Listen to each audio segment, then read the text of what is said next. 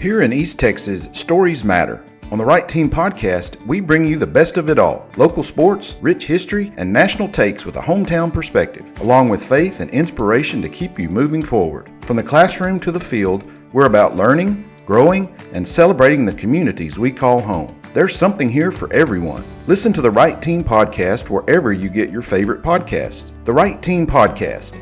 East Texas stories told right.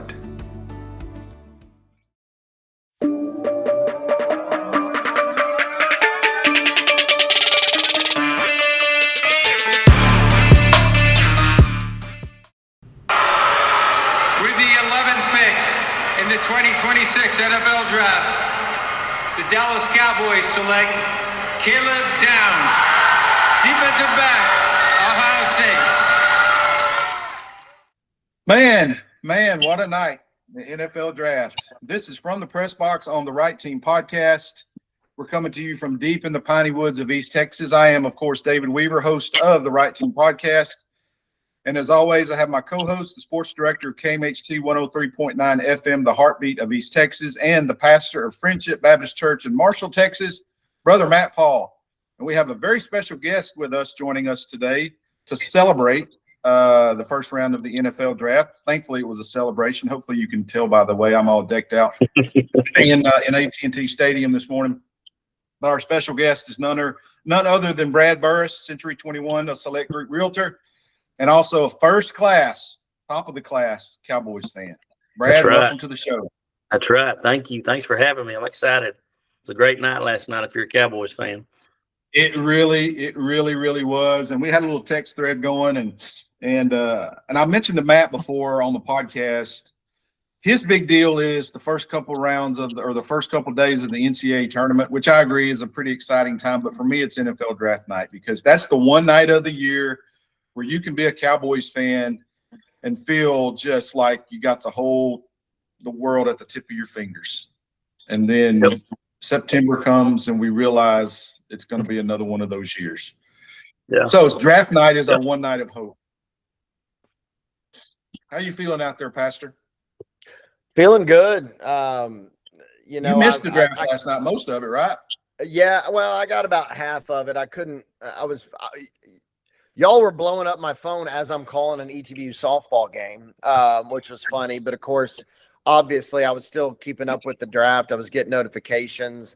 It's kind of wild doing a broadcast while you're keeping up with the NFL draft, an Arkansas baseball game, an ETBU baseball game because you're at ETBU softball. You're trying to keep up with the NBA playoffs while calling. I mean, it was just – and the softball games I was at were like, I was thinking ETB was probably going to get some run rules. They did not. They were tight games. Mm-hmm. And so it was just kind of a wild night. But I got home. Well, I called you, David, on the way home. Obviously, I was excited for the Cowboys. That is a first-class draft pick. That's a top 5 worthy pick that you managed to get when you only had the top 12, the number 12 pick.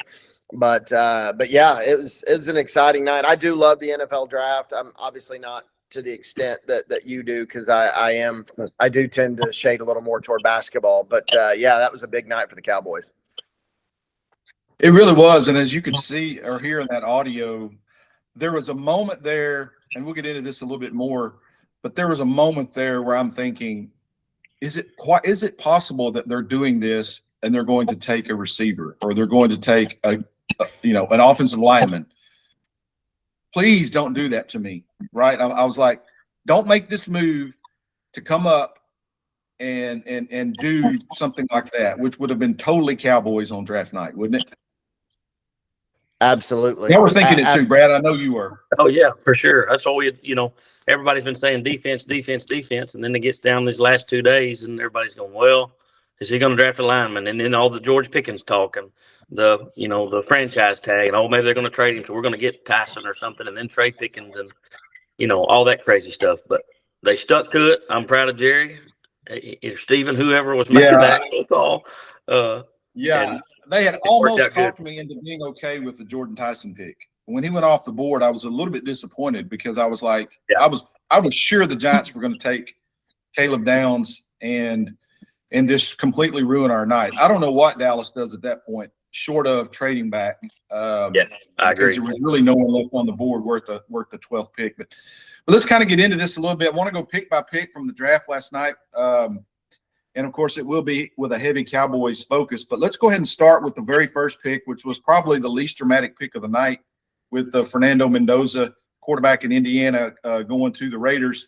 And I had said this before a couple of days ago when I released my final mock draft, which, by the way, I think I got 6 picks into it and I threw it away because, it was like my bracket was busted. Yeah. And nothing fell right.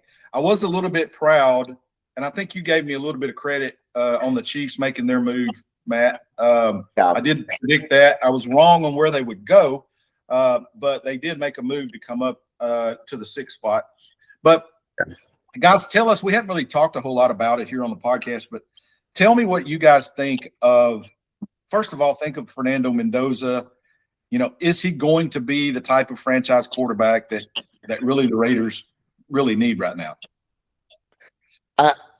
I think it has less to do with Mendoza and more to do with where he went. The Raiders are kind of a death knell. We talk about the Cowboys and potential dysfunction and whatever, but it can't hold a candle to a few teams. And the Raiders, the Browns, the Jets, they're all one of them. I like Mendoza. I do think the physical skills. He made some throws against teams like Alabama, teams that have significant athletes, Miami. He made some plays that were very NFL level. I just, as well as I do, David, the only reason I got kind of got into rooting for the Cowboys when I moved here was 2 reasons. One, a bunch of people in my church did, so I was up for it. And 2, my favorite Razorback of all time came there. It was Darren McFadden. Yeah. I hated when McFadden got drafted by the Raiders. I hated it. Like, it was just a death knell. And so I think Mendoza is NFL ready. I really do. As NFL ready as anybody can be coming out of college. It's such a difficult thing for a quarterback. But going there to a place like that just really concerns me. But if he fails, I would put it more on the organization and less on the player. Yeah, I agree. I think he's a great kid. I think he is very composed and has the potential to be a really good quarterback. Again, it's just the Raiders organization. And to their credit, they've made a lot of moves this year in the offseason, and they should be good. But like I was in another text thread last night talking about the Jets, and I said the Jets have 3 first-round picks, and I still feel like they're going to be terrible next year just because of the Jets. So the Raiders kind of fall in that same category, but he has the potential to be really good. I think it says a lot about Mendoza and the kind of person that he is. Football, the fact that he stayed away from the draft hall and chose to be with his family. Of course, his mom's, I think, dealing with some stuff, can't travel. Mm-hmm. And I think that said a lot about, in this day and age, an athlete choosing family and the biggest moment of his life, he didn't want to spend without his mom and his parents being able to be there. So, I'm kind of sold on him now in terms of his ability. I think he can be a really good NFL quarterback. I kind of think he's more in the line of maybe, if he can get to the level of, say, a Matt Ryan, I think they hit a home run with this pick. He was not the best player in this draft. No. He was just the best quarterback. And, quarterback needy team that's picking number 1 is going to have to make that pick. I'm kind of surprised that the Raiders actually did the right thing and picked him. Maybe Tom Brady is having some influence on that organization.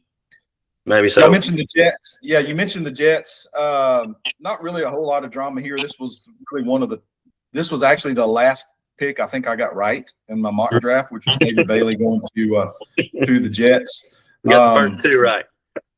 Yeah, it was. I heard it on a Dallas radio station. Of course, they were going through the same thing we are. But the Jets really, for the entire offseason, the Jets have really been the team with the top pick, because everyone outside of Fernando Mendoza, I mean, they were the one who had their pick of the litter after that. And so they've had several months to try and get this right. But Brad, you mentioned it. We know the Jets are going to find a way to screw this up. And as much as any team with 3 picks in the first round can. For sure. And then David Bailey is a phenomenal talent. we saw him at Tech and what he did. He's a really, really good player, and I hope he has a lot of success. And he'll have some at the Jets. It'll just be whether or not they can put the whole thing together. I mean, the Jets took, with 3 first-round picks, they took 3 players that were in the playoff. They took the best edge on the board. They took the best tight end on the board. They took one of the top wide receivers on the board. I mean, everything on paper looks like they did really good, but yeah, they're going to maybe win 6 games. The thing that I look at this and say, yeah, those are great players, and they probably picked them as they should have picked them, but they have no quarterback to make use of them. And until that happens, maybe they'll find one, a diamond in the rough in this draft. But right now, they've kind of got a lot of icing, but no cake. Is Geno back there? Is he the quarterback? I think he did sign back with him, yes. Yeah. Yes. Yeah. So, I mean, he's serviceable. He'll be serviceable. He'll be better than anything they've had lately. But there is no long-term answer there yet. And I don't know. I mean, of course, we'll talk about it here in a second, but really, their hand was kind of forced in terms of quarterback, taking another quarterback in the first round. But we'll get to that here in a second. So number 3 goes Jeremiah Love, who I had him as the best player in the draft. I thought he was the number 1 prospect coming out. Still, though, got that whole tag of being a running back and how high can you draft him. I believe he's the highest drafted running back since Zeke Elliott, if I can remember right. Probably Zeke so. went 4th. Zeke went 4th, and so Jeremiah Love goes 3rd to the Cardinals. This is where all the wheels started in motion for the Cowboys getting Caleb Downs. And he was the best player available, but it reminded me when I saw that they took him, and then the next pick that we're going to get to, good golly, I couldn't believe that. When I don't know if you've ever watched an NBA draft lottery, but about a third to a halfway through when they're announcing who has the picks, there'll be some team that you're like, whoa, they shouldn't be that low. What's about to happen here? And then you have something like where the Mavericks get the number one pick. When this happened, it started a chain reaction that I think led to Caleb Downs coming to Dallas. I mean, you can't get mad at taking what I think was probably the best talent available with Jeremiah Love, but Arizona, I don't know, man. They're a team with, like the Jets, with a lot of needs. And it feels like we're in a league where you can find a running back just about anywhere. Mm-hmm. And they went that route. So I don't know. I thought that was a questionable pick, even though Love is phenomenal. He was easily the best running back coming out, not even close. And one of the best players coming out. But that's where the night all began for me, was that pick right there. Yeah, I agree. Great player. And, but they're going to have to, again, they're one of those teams, kind of like the Jets and that we talked about earlier, and the Raiders. They need a lot more than that. They're going to have to rely heavily on him if they're going to be successful and build around him. But I kind of feel for him because, and Matt, you remember this was the spot I had the Chiefs trading up to. I really thought Arizona was doing everything they could to try to get out of this spot. They did not want to make this pick.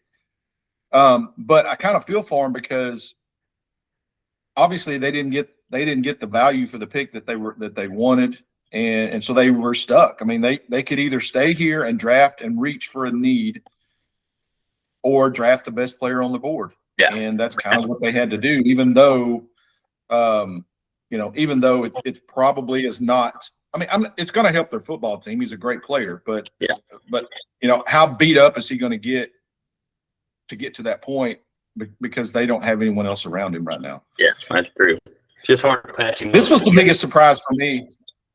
Yeah, this was the biggest surprise for me at number 4. I think this is where the actual started pushing things down the board a little bit. Never in a million years would I have guessed that Robert Saleh, the defensive guru at Tennessee, would have taken Carnell Tate, the wide receiver, 4th overall. That was shocking to me. Yep, yeah. I agree. I didn't see I mean, everything I read on social media was like, wait, what are the Titans doing here? And when, look, David, you and I talked with David Bailey was going to be the first defensive player taken. That was kind of a no-brainer, but you had the 3 Ohio State dudes that you were just hoping but not expecting one of them would fall to Dallas. When they took Carnell Tate and you're like, okay, we're 4 picks in and none of them have been taken yet, that's when you start really wondering, because, you know, you have a team like the Giants who's got 2 of the next, 6 picks, probably weren't going to take 2 defensive guys. And so that's what sort of made it open. Tennessee, a team that looked ragged last year. And I just don't know that wide receivers, like I look at both of these picks, 3 and 4, and I'm like, I want somebody that can come in at a position and maybe transform the look of that side of the ball. A running back and a wide receiver don't really do that for me necessarily. Now, a linebacker on defense does. A linebacker, I think, can transform the look of that side of the ball. So, I mean, if I'm one of these 2 organizations, I'm screaming for Sonny Styles. I loved everything I saw about that guy. But, you know, it is what it is. Look, I'm not an expert. Maybe Carnell Tate's going to transform things for that offense with Cam Ward. I don't know, but that one was a stunner to me. Yeah, I agree. Everything that you said, it's kind of a stretch. And him being a big defensive guy, like you said, David, I was thinking maybe something on the defensive side, but maybe he thinks, or maybe they know something we don't know. We'll find out. Yeah.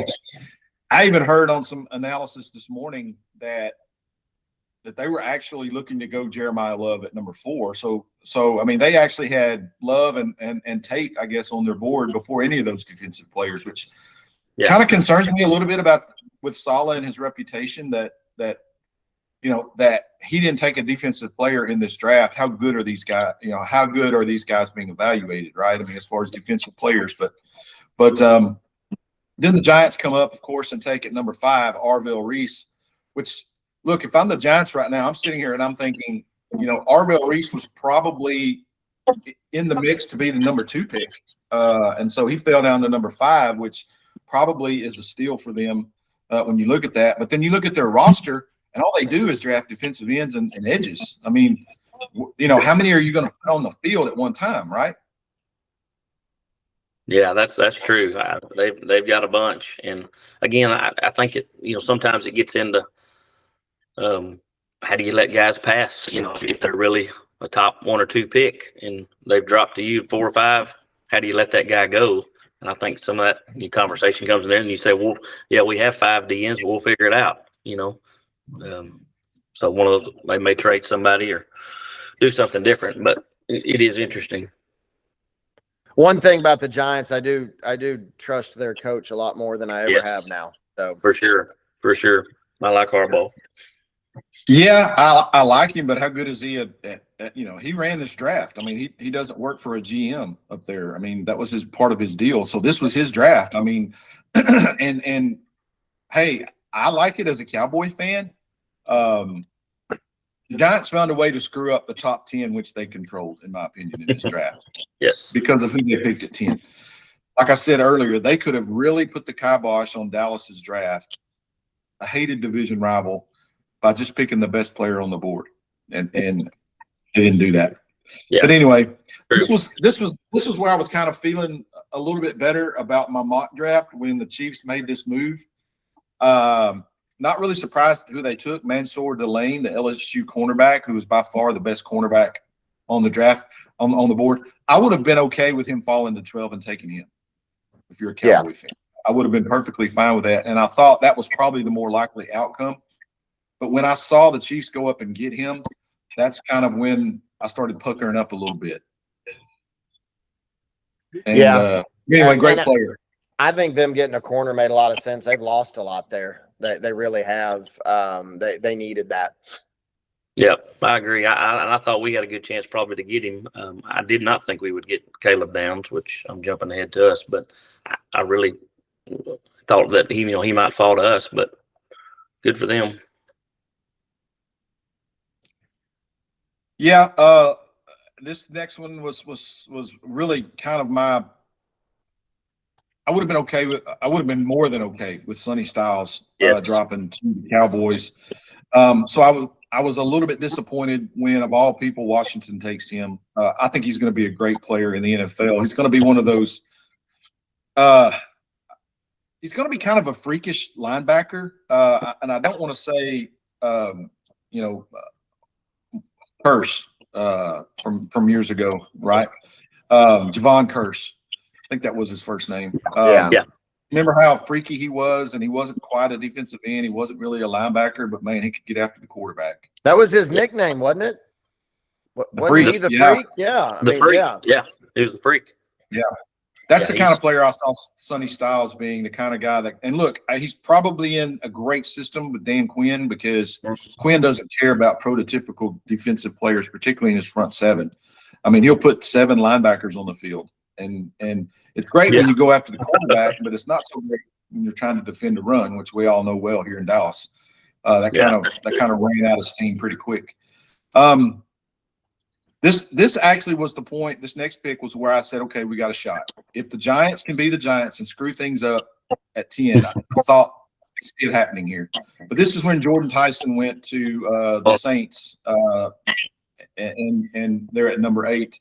They're going to pair him with Chris Olave, have a pretty good 1-2 punch there in New Orleans for Kellen Moore. Yeah, Tyson's a stud.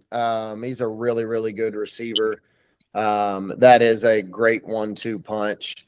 The Saints still got a long way to go, but hey, they're in a division where you could maybe be below 500 and still win it. So, all you need is some. I think everybody was like within a game of the division lead in that division. So, all you got to do is get incrementally better, and you might win a division and make the playoffs, and get a home game, because the NFL's stupid. But anyway, I think I've watched enough of him at Arizona State. I mean, there were times everybody knew where the ball was going. It didn't matter. He was going to get 12 catches a game.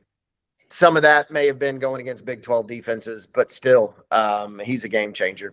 Yeah, no doubt. Very much a game changer. I would have loved to have him. Had we got him, like we said earlier, I would have been okay to do a trade with Pickens.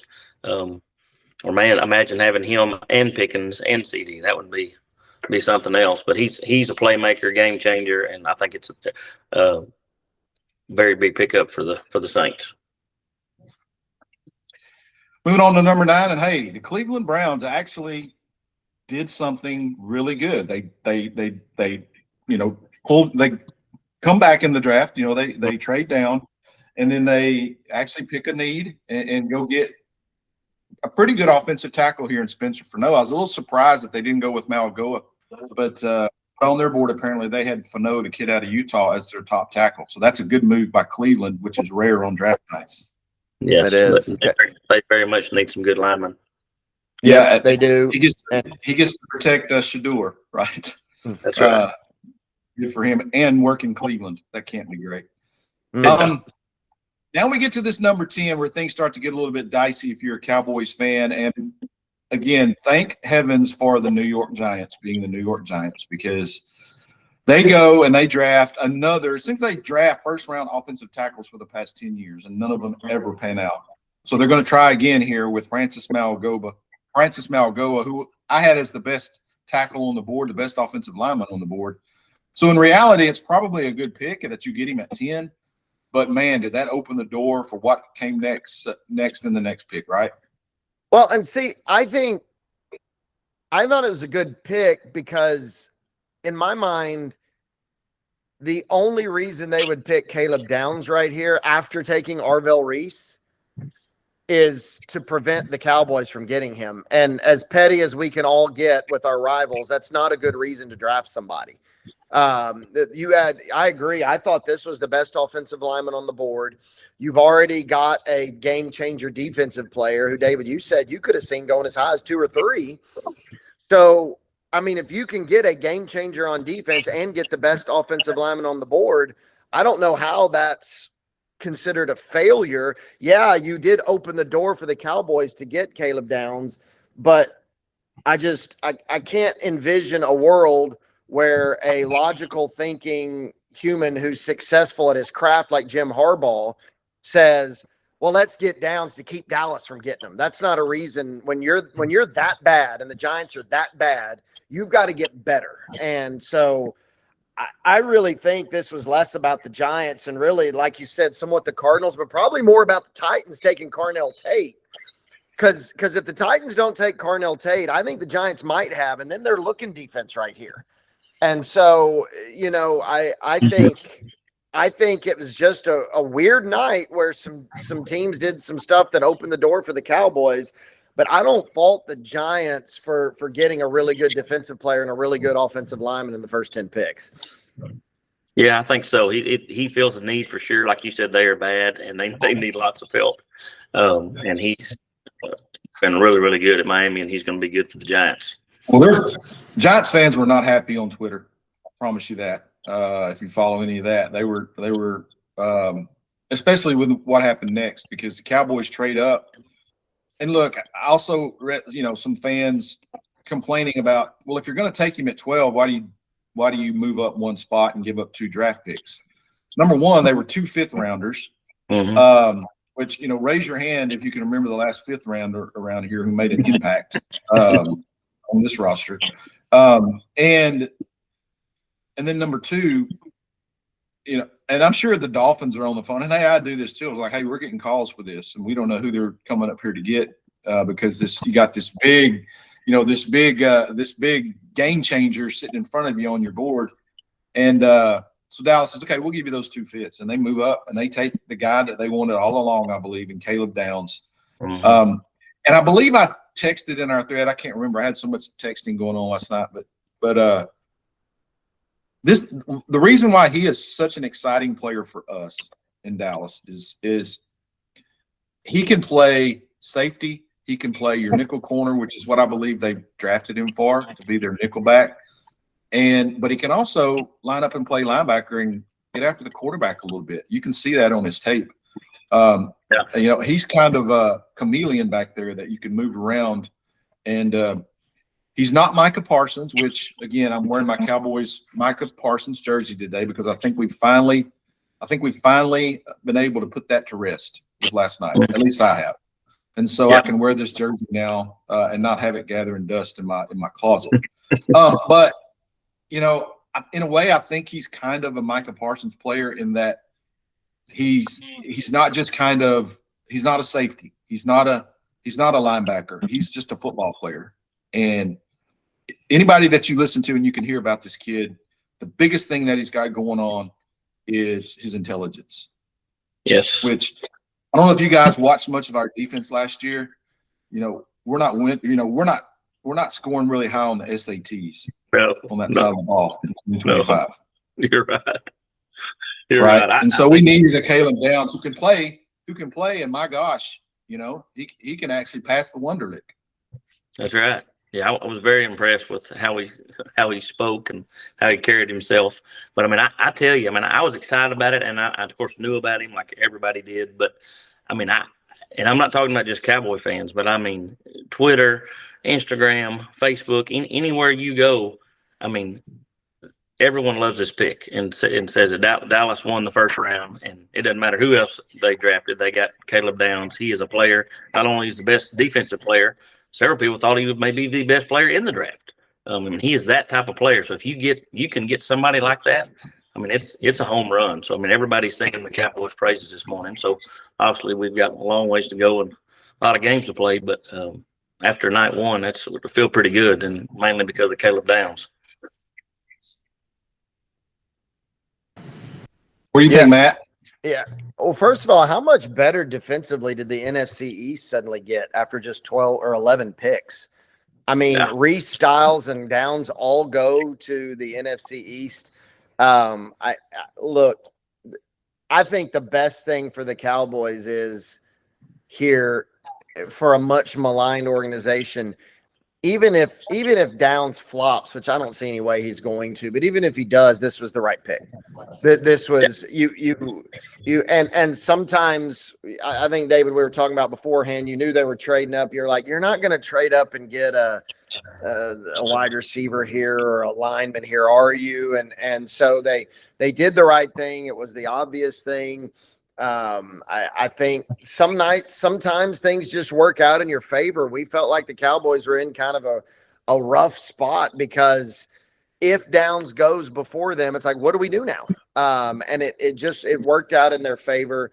It's a very, very positive thing that we've seen some positive things, David, that you and I have talked about on the podcast over the last few days. I thought handling the Aubrey situation was good. I mean, he is a unique weapon in the NFL. He is worth being the highest paid kicker, but you didn't pay that enormous asking price. So I think that's good. We'll see what develops with Pickens, but we know how good that offense looks right now.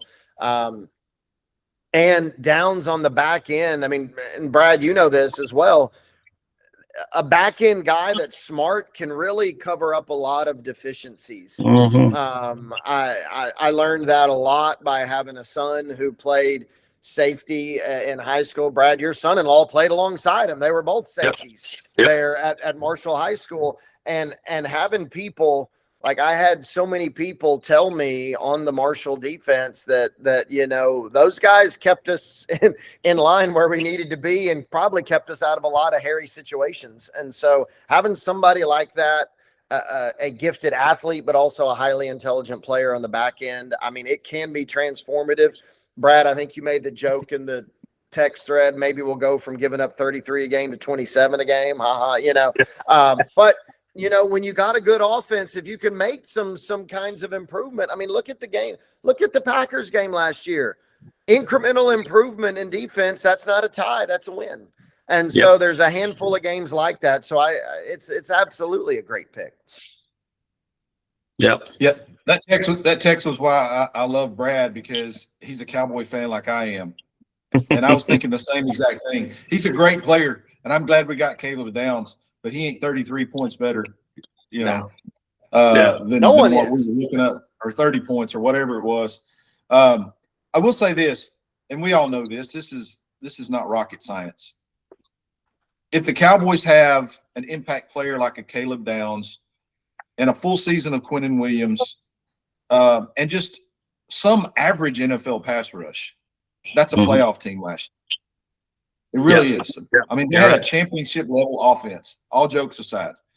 They had a championship level offense, which just highlights just how awful, trashy that defense was. Yes, it was. And I think we got better. We'll talk in a minute, but I think our next pick, I think he's going to help us on the pass rush. Yeah, I know you actually went and did some research, and you actually said it made you feel better. So I'll be interested to see what you say about the next pick. The Dolphins, of course, trade back with the Cowboys and get their guy, the tackle out of Alabama, the Caden Proctor kid, who I think the only question that maybe kept him away from being recognized as maybe the top tackle in the draft is work ethic, based on what I can hear. Saban himself, his former coach at Alabama, said one of the best offensive linemen I ever recruited and worked with and coached. He said, but you kind of got to prod him a little bit and make sure that he's doing the right thing off the field in terms of keeping himself in shape, which was a big red flag for me. If I'm taking a kid who has to be, it's not really self-motivated, apparently. Yeah. Yeah. But he's a mountain of a man. My gosh, he's huge. And he can catch a pass, 6'6", apparently. So he can. Yeah, he can. That's right. That's for And sure. he was calling for the ball last night in the interview, if you heard him say that. But, yeah, he's 6'6", 352. So surely they can work with that. So I don't know if you guys saw the post or have seen the post-game press conference that the Rams have, or even their call to their first-round pick. Sean McVay is not the most happiest guy in the world this morning. I mean, that's pretty obvious. This was not for a guy who's a quarterback guru who drills over quarterbacks. If I'm Ty Simpson, man, I may be feeling pretty bad this morning about my abilities, because Sean McVay did not want to pick a quarterback. I don't know if y'all saw. No. Go back and watch the press conference from last night. He was about as dejected a head coach as you'll ever see.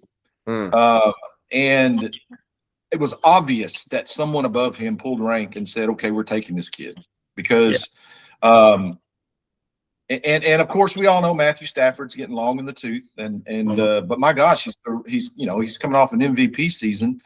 I mean, are you trying to kick him to the curb? But Sean McVay was not having this. He wanted another weapon apparently to go with Stafford to make another run at the Super Bowl. And of course you don't make a trade, I guess, to get up to this point in the draft like they did with Atlanta. This was Atlanta's pick. And then probably reach for a quarterback. You're not a quarterback needy team. At least they don't appear to be. They're drafting for the future here. But this was it was kind of a weird post-draft press conference last night for Los Angeles. Not a happy coach. Not a happy coach at all. I think it was a little bit of a stretch. I mean, I think he's a good quarterback. A lot of people like him, but there were several that weren't even sure he's going to get drafted in the first round. Right. So to get and they had 2 first-round picks, and they traded one of them to the Chiefs, right, for McDuffie. So I could see this if you're taking him and you have that other pick in your back pocket to go along in the first round. But man, this was just a weird pick. I actually liked it when it came off the board. I'm thinking, hey, a team like the Rams, a Super Bowl roster already, you go ahead and you draft a quarterback for your future. And I don't know, man, Sean McVay wasn't buying it. This was not.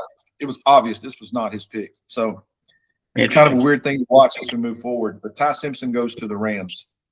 When has it ever been? Are you familiar ever with a time where drafting a guy to be your future quarterback? Like, I think the Aaron Rodgers thing, but that one was different because he fell all the way down there, But like, I don't know. I thought this was really odd. The Rams are in a championship window. They were the only team to compete with Seattle. They had them.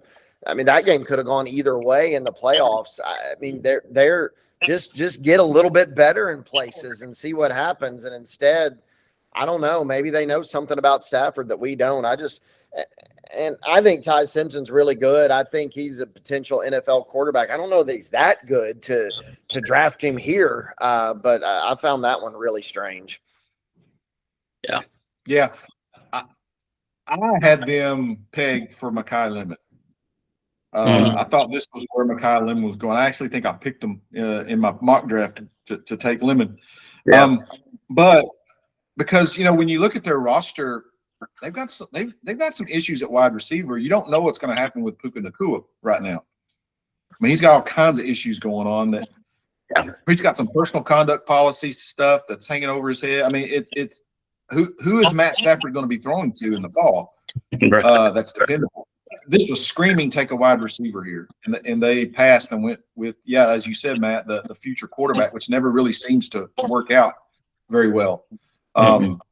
So anyway, that was just an odd pick to see there. The Ravens, really no big surprise to me here. They take the best guard in the draft, Vega Ione. I learned last night that you could actually pronounce it with the last part of his first name, thankfully, but it's Vega Ione there at Penn State. Pretty good offensive guard there. He goes at 14. If I'm remembering right, that's the pick where the Cowboys took Zach Martin, obviously, and so there's some precedence there to take a guard that high. Once we got to this point in the draft, I was kind of getting greedy, and I was thinking, what if Reuben Bain falls to 20? Of course, then it was, that was squelched pretty quickly by the Buccaneers, who took Bain out of Miami at number 15. And look, I think it was David Pollack I heard yesterday, and he was talking about the short arm thing, and he's like, have you ever heard of a T-Rex starving to death? I mean, the short arms don't mean anything to a T-Rex, man. I mean, why are we harping on arms length? This kid can play. And I was kind of I didn't want him to take him at 12, but if he dropped to 20, that would have been a steal. Yeah. Oh, for sure. Agree. I mean, if you remember watching him in that playoff, man, he dominated every single game in that playoff run that Miami had and earned himself some money. I thought coming out of the playoff, I thought he was a top 5 pick. And then, of course, you get into all this breakdown and, getting measured and, they start looking into everything. He falls to 15, but I think that's a steal for the Bucs there. I really do. Very Yeah. much so. Good He's a great player. Jets get back on the board at 16, take the best tight end on the board, Kenyon Sadiq. He kind of fits the prototypical mold, I think, of what tight ends are today. He's going to be a downfield threat for them. So I was okay with that pick. Again, Geno's their quarterback, but how long is that going to last? And how good is Geno going to be? You hope he's not a weapon out there that is wasted, gets 30 catches a game because, he doesn't have anybody to throw him the football. Yeah. Yeah. Good pick. But again, it's the Jets. Same song, different verse. Yeah. The Lions, who I had in my mock draft, was jumping in front of Dallas, actually. And based on some things you hear, the Lions were actually trying to move up in this draft, but they sit and they pick and they take Blake Miller, the tackle out of Clemson. I'm a little surprised that this wasn't a Monroe Freeling or the other Utah kid here. But he obviously rebuilding that offensive line up there in Detroit. They take Blake Miller here, which I thought was probably a little high based on some drafts I had seen before. But the Lions get their offensive tackle. Yeah. This was another pick that kind of had me scratching my head all of season long. If you follow this, the Vikings' biggest need was a safety, which they had a couple of really good ones still on the board. The kid from Oregon, Thieneman, was still on the board, which I would have thought this would have been an easy pick for them. But they go with Caleb Banks, the mammoth of a defensive tackle out of Florida. I thought that was a little bit of a perplexing pick on their part. But it's the Vikings, right? So people looked surprised. Even he looked kind of surprised. Yeah. I mean, I don't know if you saw. He's like a 6'7", 350 kid. I mean, he's huge. He's he's going to be one of those who just somebody compared him last night to a really big Aaron Donald. Which, if he can pan out, that's pretty good. But yeah, I don't know. It will be. Yeah, Didn't play last year much. This is where Freeling falls. He falls to the Panthers. This would have been a guy that I thought if he was there at 20, the Cowboys might take their offensive lineman here. Pretty good tackle who I believe probably goes a little bit later in the first round than he was expected to. When this went on the board, the next pick, guys, and I heard that we're drafting with the Eagles. First of all, I'm a little bit stingy and stupid and fanish enough to say, hey, look, I don't trade with division rivals. First thing I do. Because I would be too afraid that I'm giving you a Hall of Famer when I do that. It's just too much pressure. Jerry doesn't care. Jerry doesn't care about a lot of things apparently. But so he trades with Philly, but then you get the details of the trade, and I'm like, we fleeced them. Yeah, we fleeced them on this trade because we dropped back 3 spots. We get our guy right at 23. Yep. And those 2 5th-round picks we gave up, we turned those into 2 4th-round picks. So, I mean, you look at what the Cowboys gave up last night. They basically gave up 2 5th-round picks and got Caleb Downs and Malachi Lawrence and 2 4th-round picks. That's a pretty good night. Really good. Really good. But Kyle Lemon's going to be a problem. And this all but just signals that, yes, the rumors about A.J. Brown being traded are true. I mean, you don't make this aggressive move without, if you've got a full receiver room. They still got Jalen Hurts as their quarterback. I'm fixing to say I can't get out of here without throwing a shot at them. So, you have to have a quarterback that can hit the receiver. So, Yeah. My biggest thought if I'm sitting in the Eagles room is how's he going to benefit us on the tush push? Yeah. That's about all they got going for him on offense. That's right. I can't wait for the fall for us to get to talk about the tush push more, David. It's what I'm looking forward to the most. I tell you, your favorite back, baby, it's back. It's already a done deal. It's back. That's right. So the hometown Steelers are on the clock, and Matt, of course, you send out and in your positivity-ness in your pastor shoes, make everybody feel good. You're talking about that renegade crap that they play. Yeah. It's pretty cool, man. Sorry. It actually was pretty good. At first, I was like, "What is going on?" But by the end, it was pretty good. There's 2 teams outside of our division that I hate, that I hate with a passion. Okay, but no, 3. I'll say 3. Number 1 is San Francisco. Yep. Okay, no good can come out of San Francisco. All right, nothing comes out of there. Ditto for Green Bay. Okay. The fact that Micah Parsons, of all places, got traded to Green Bay was enough for me to want to put a fork in my eye. Yeah. Okay. That's throwing stones on top of the grave for me. The next one is by far the Pittsburgh Steelers. And I'd say that because, and I hope my Pittsburgh friends are listening here because I'm going to tell it to you straight. Okay. There's a reason why you're called Steelers. You stole 2 Super Bowls from us. You did. You flat out stole 2 Super Bowls from us in the 70s. And I was a kid then, and I've never gotten over it. The only reason why I don't put you at the top of this hate list is because Joe Montana came along with the catch and jumped past you. So anyway, that's Cowboy fan for 56 years talking right there. Well, so I hope hopefully their tackle goes down the way it did, and it's true because apparently the Cowboys had the Steelers on the phone, and the Steelers were trying to move up and get Mekhi Lemon, and literally had apparently told the kid, "Hey, we're drafting you." Next thing you know, Dallas calls and says, "We got a better deal from Philly." Philly jumps up and takes Mekhi Lemon, and so the Steelers at that point have less than 10 minutes to pivot and go to Plan B, and this is what they went with. The kid out of Arizona State, who I can't recall ever looking at a mock draft this offseason that had this kid going in the first round, and the Steelers take him at 21. Yeah. Yeah. In front of 350,000 of their own fans playing Renegade and partying and stuff. This is the pick they got. I thought that was hilarious. Congratulations, Pittsburgh. There were 2 guys that I just did not see going in the first round that went, and one was this one. The other we're about to talk about with the Cowboys. So, yeah.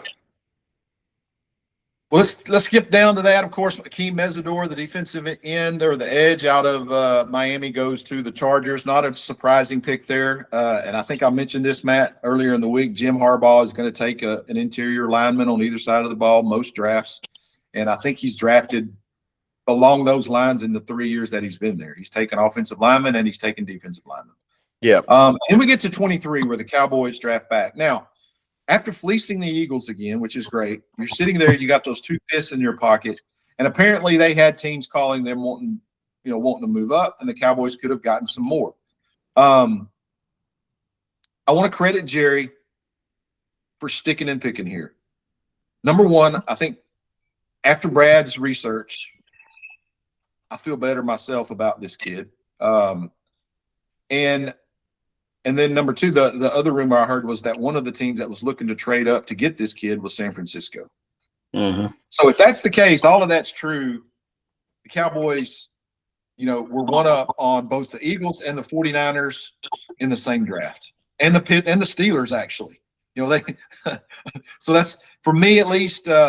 I'm just, I'm sitting back and I'm drinking my haterade and I'm thinking, man, that's the best possible outcome. We get the guy we want and we screw our two hated rivals in the process. Yeah, for sure. I think, what'd you see about this kid that changed, Brad? He is explosive. I didn't know much about him. Looking into it, I think I sent y'all that video. His D-line coach is now our assistant D-line coach, so that's the familiarity with him. Apparently, the Cowboys have been high on him all through this whole process, and we're excited about trying to get him if they could.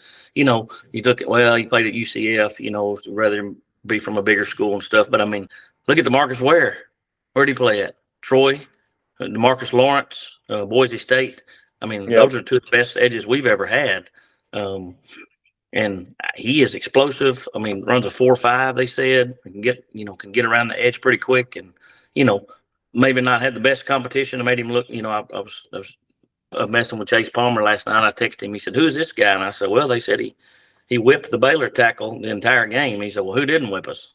So that's true. But he is, I think, has a high motor, and I think can help us. We talked about that earlier. We need an edge. We need somebody that can come off the edge and help us, and maybe drop back and play that little outside linebacker position. So I'm excited about him. And I think the deal is who else could we have gotten that would overshadow, our first pick? Nobody. There's nobody that's going to overshadow that. So obviously it's going to be a little bit of a letdown, but I think the 2 of them together make for a very, very good first round. I think, David, for me, the only thing was you and I said many times leading up to this and throughout the football season, the Cowboys need draft picks. There's a lot of needs. They need picks. I feel like, and I don't know, you know more about this than I do. Both of y'all do. You follow it more closely. I feel like they could have traded back and got some more picks and still got this guy. That's the only thing that maybe stands out to me. Maybe the offers weren't there. Maybe San Francisco really was wanting to swoop in and take this guy. I don't know. I just it looks like when you see a guy that was evaluated as like in the 50s overall, which is still a really good draft pick, it's one of the top 50 or 60 talents, and you take him at number 23, it's a little bit of a head scratcher to me. But if the research is right, if it's who you wanted, if you have that connection and others were wanting to take him, it makes sense. Yeah, I agree. If it's really true that the 49ers were really wanting him, makes me feel really good, because as much as we do not like them, they're pretty good. That's the intel that I heard from watching and listening to some things this morning, is that the Cowboys felt this guy was on the 49ers radar, and they didn't want to lose him by risking, dropping down a couple more picks. And so they got the guy. And I agree. I think it's real easy to look at this and kind of see it as an underwhelming pick in light of, grabbing Downs earlier. But I try to think of it as, what if this was just the first round pick that we had, picking it at 23, and we didn't have Caleb Downs at the start? This was our only pick. I would be okay with this guy at number 23 as our only pick in this draft. I really would be. Yeah. And you think about now, if Donovan Ezeraku can be the guy that they thought he was, that they drafted last year, they've got two really, really young pass rushers now. And move forward with. I think that's exciting for Cowboy fans. It's true. Picking at number 24, and I'm going to take a little bit of credit for this, Matt. I told you the other day that Casey Concepcion was going to go in the first round. I think I had him a little bit higher. I actually think I had him going at 16 to the Jets in my draft, but he does go in the first round to the Browns here. And they get their receiver to pair with their offensive tackle that they took earlier in the draft. He's a not game really high changer. in the Aggies, but he's a good one. I mean, Big it could be player.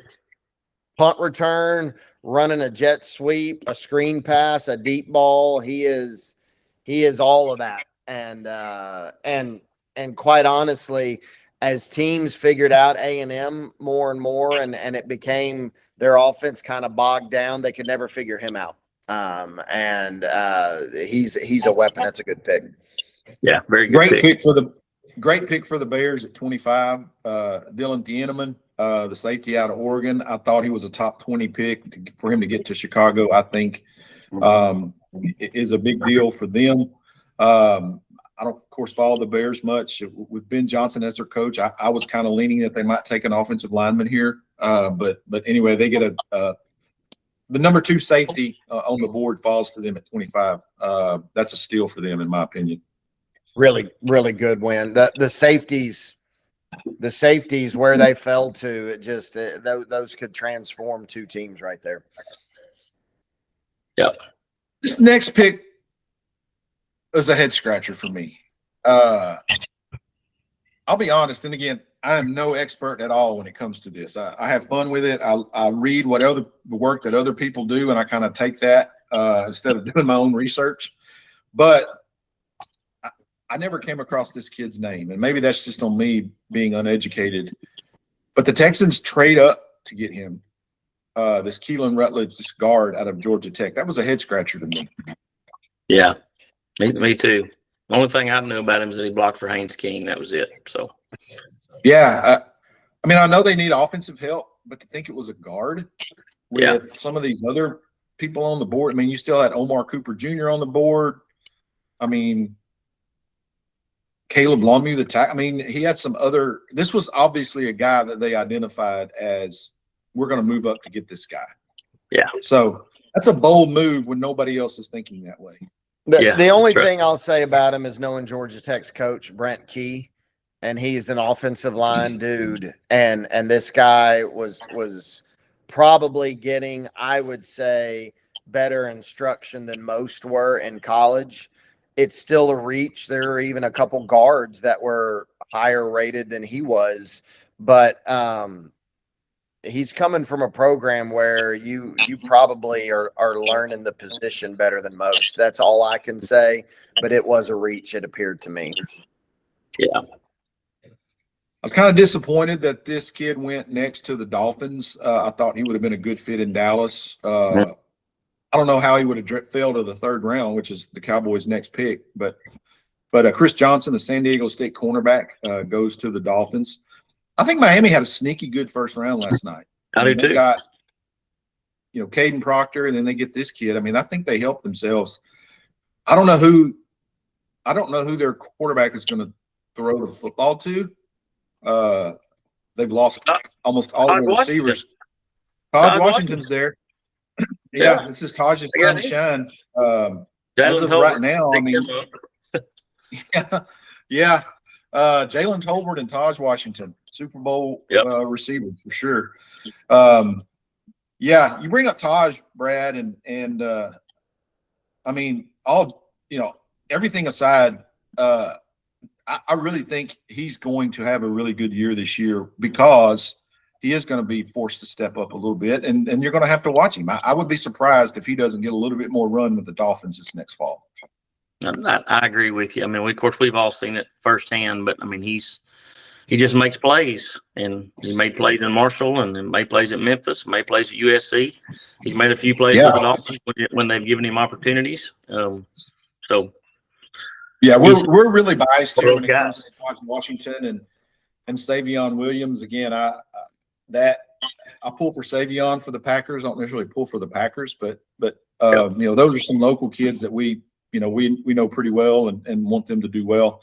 So looking forward to Taj getting an opportunity there in Miami this year. Okay, number 28. This is where Caleb Lemieux goes. Lemieux, the tackle out of Utah. The Patriots find a way to actually focus on the draft without some other stuff that's going on in their organization right now. But they actually make a pretty good move here, an aggressive move. They go up and they get an offensive tackle. They got two bookend offensive linemen now the last couple of years that are going to be good for them for several years. Yeah. This was a solid pick as long as the whole Vrabel thing doesn't end up imploding, which you and I talked about that on the line. We don't need to go into all that. We hashed that out some on the podcast last time, but this is a really good pick for a team that's in the Super Bowl, and I think they got to feel really good about this. Yeah, I agree. Peter Woods, the defensive tackle out of Clemson, who in some early mock drafts I saw in the top 20. He goes to the Chiefs here with their second pick. Again, the Chiefs, unfortunately, and a little bit surprisingly here, I think, are focusing on rebuilding their defense. I would have thought they would have went a little bit more heavily on offense here to help Mahomes out. Maybe that's coming later in the draft. They got several picks coming up. But is he even going to be able to play this year? Is he even playing this year? Yeah. I mean, his knee injury happened in mid-December. I mean, it's at some point he's going to play, I would think. Yeah, but that's a good question. Maybe they realize they're not going to score as many points, and that's why they're going defense right now. Might be a good year to have another bad year and go get Jeremiah Smith in the first round and give Mahomes a brand new toy to play with. Mention that. Yeah. Don't mention that. Gosh. Omar Cooper Jr., the wide receiver from Indiana, not Ohio State, as I had him the first mock draft. Yeah. He goes to the Jets. Again, great pick for the Jets here at number 30. They they move up to get him. Close out a really good first round draft, but who has confidence that any of this is going to pan out? Poor kids. I mean, they're going to a black hole of a franchise. Yep. Yeah, that's true. Keldrick Falk, the edge / defensive tackle, goes at 31 to Auburn. This was a guy who a lot of mock drafts had going to the Cowboys at 20. Some of them had him going at 12, to be honest. I would have let's just say we probably canceled the podcast this morning if they take Keldrick Falk at 12. But anyway, he does land here with the Titans. Saleh gets his defensive guy in the first round. They trade up to get him out of the second round. Obviously like him there at Tennessee.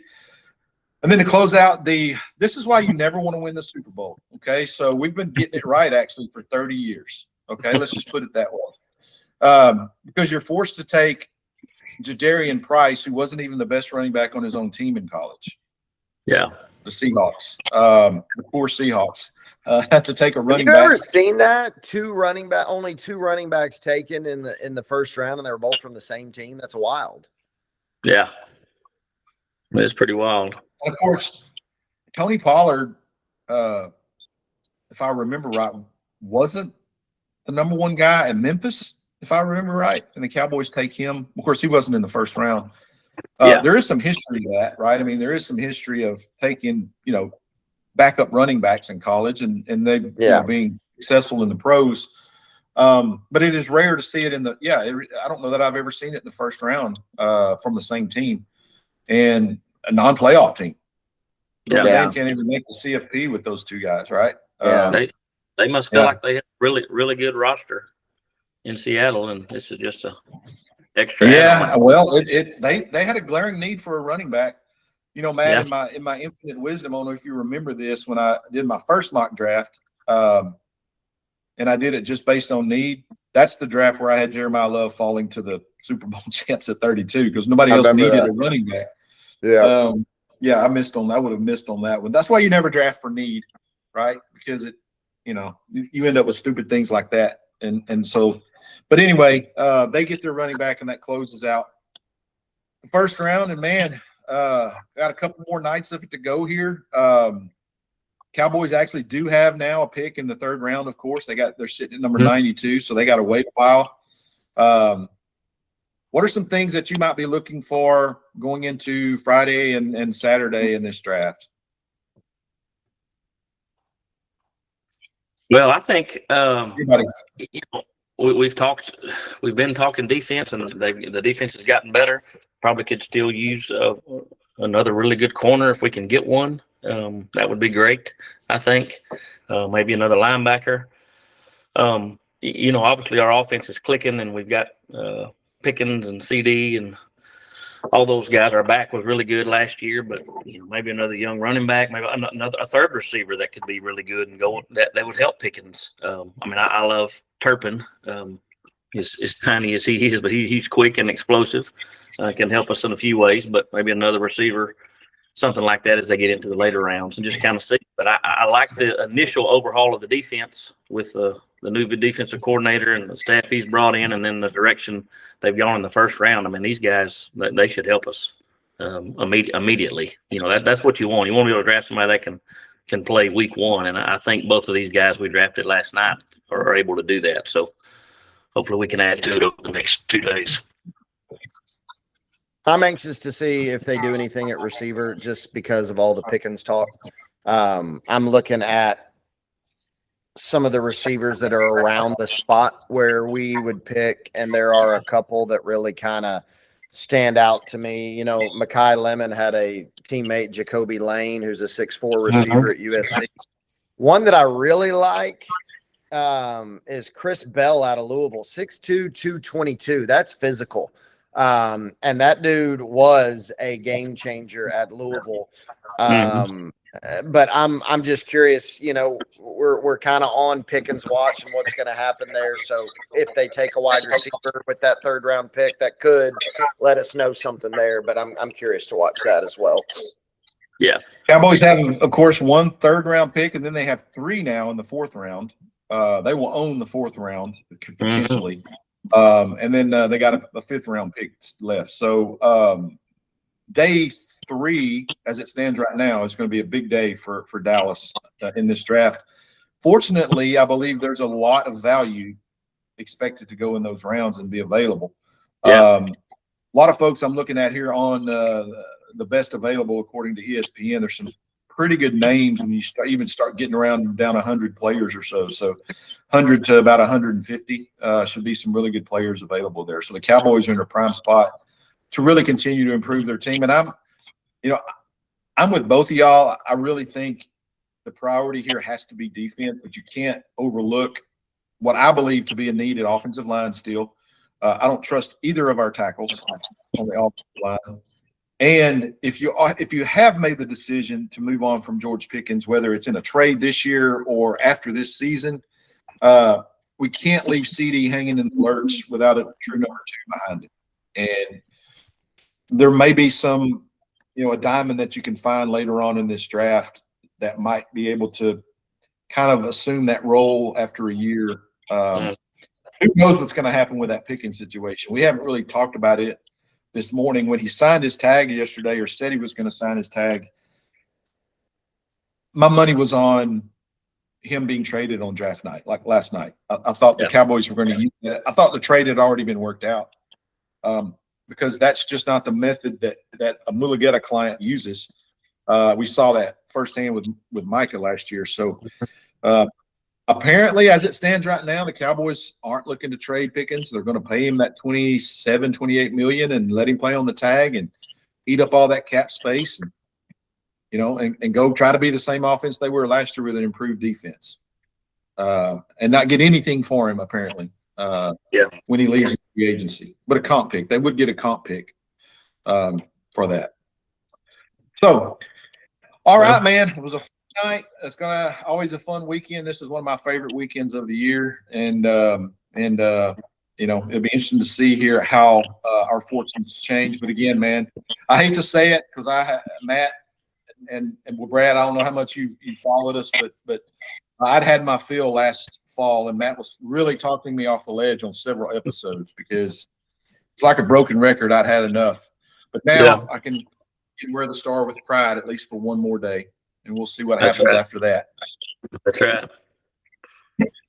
Yeah, well, I'm excited. I'm excited at the first round, so hopefully the rest of the weekend will be good, and we'll go Cowboys. That's right. That's right. Yeah, it's the greatest weekend in the spring. Matt, you have our final word for us this morning. Get ready to close our podcast. What do you have for us this morning? Yeah, just kind of went familiar. Psalm 23. It's actually, I like to, what I'm preaching on is fresh on my mind when you asked me to do the final word. So I'm been looking at this passage, this familiar passage that, if we're honest, we're used to just talking about at funerals a lot of times. I mean, it's just a common thing read there. It gives a lot of hope. It gives a lot of comfort to people. But what has stood out to me is there's a lot of familiar words in this psalm, but in verse 3, where David says, "He, the Lord, restores my soul," and he is the restorer of souls. Yes, we need places to rest, and we need food, and we need water, and we need situations to work out, and sometimes we need finances to fall the right way, or we need healing or whatever. But at the end of the day, what matters is whether or not the Lord has restored your soul, has restored the brokenness in you and made you whole again. And no matter what green pastures or still waters we find in this earth, none of that can restore our soul. It's only the Lord Jesus Christ. And so that's what we're going to be talking about. Even in that, what's that phrase? The valley of the shadow of death, even in the darkest times. If your soul is restored, you're going to make it out of that valley. It might be here on this earth. It might be after your time on this earth, but you're going to make it out of that valley, and you're going to be with the Lord forever if Jesus is the restorer of your soul. Amen. Amen to that. Absolutely. Yeah, that's one of those verses, along with John 3:16, that we all know. Yeah. He talks about hide your word, hide God's word in your heart. Those are two that I can always hide and lean on. And there's a lot of meaning in that. So thank you, Pastor, for sharing that word with us this morning. Brad, what's going on? And of course, Brad is the top realtor in our area here in East Texas. I'm going to say that unashamedly. He's the man when it comes to that. The GOAT of East Texas real estate. How are things going in this economy and everything when it comes to what you do? Yeah, well, it's been interesting, as it always is when it's always interesting. Political stuff going on. Election years are always different. Of course, our president Mr. Trump likes to shake things up from time to time, and that gets everybody on edge. You're not sure what's coming next, but overall, the economy is good, and I think moving in a positive direction. We've taken some lumps this last year. The real estate market was slow, pretty much all of last year, specifically the last end of the year. But just in the last couple of weeks, it seems to have been picking up. Interest rates are coming down. And there's lots of houses on the market. There seem to be a few more buyers that are getting into the market. So we're hopeful for a great spring and summer selling season, which is always the best time of the year for the real estate market. But it's looking good. So. Well, I just want to recommend anyone out there maybe looking for a home or a property here in East Texas, call Brad Burris or any one of his agents at Century 21, a select group there in Marshall. And if they can't help you, they'll find and get you hooked up with who can. I know you've got a lot of connections in the business over, my gosh, how long have you been doing this now? July will be 21 years. 21 years. Got a lot of contacts and a lot of good information there, so Brad can hook you up for sure. And we want to thank you again for joining us here as a guest. This was fun. Sure. We were trying to get somebody to jump in with us and go over this today. You were the first one that popped into my mind because I knew you would probably be in the same mood I was regardless, whether it was good or bad. Right. That's right. So I would need someone to share my misery and let the pastor counsel us. But fortunately, we didn't need much counseling today. That's right. It's been good. I'm excited. Thanks for having me. I really enjoyed it, guys. Well, he's Matt. Great to have you, bud. Yeah, he's Matt. And then, of course, he's Brad. Thank you again, Brad, for being with us. I'm David. This is From the Press Box on the Right Team Podcast. If you enjoyed our show, be sure to like and subscribe wherever you get your podcasts. Don't forget to check us out on YouTube at the Right Team Podcast. You can also follow us on Facebook for additional content and updates you don't want to miss. Stay tuned, subscribe. That's the important thing. And don't miss an episode. We've got something for everyone here on this podcast. A big thank you, as always, this morning to our sponsors, Styles Electric and Right Team Services. We truly appreciate your support. We also want to thank our Right Team family of school districts in Elysian Fields, Karnak, Hallsville, and Smackover, Arkansas, up in there in Matt's neck of the woods. They help make all of this possible. Thank you again for listening and supporting us right here from the heart of the East Texas Piney Woods. Until next time, as always, keep writing your story.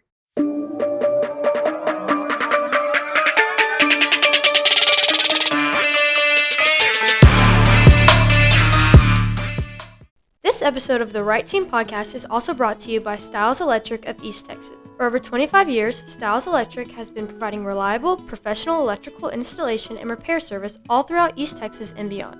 Whether it is a small residential issue or a major commercial project, Styles Electric provides you with the same professional service they've built their reputation on.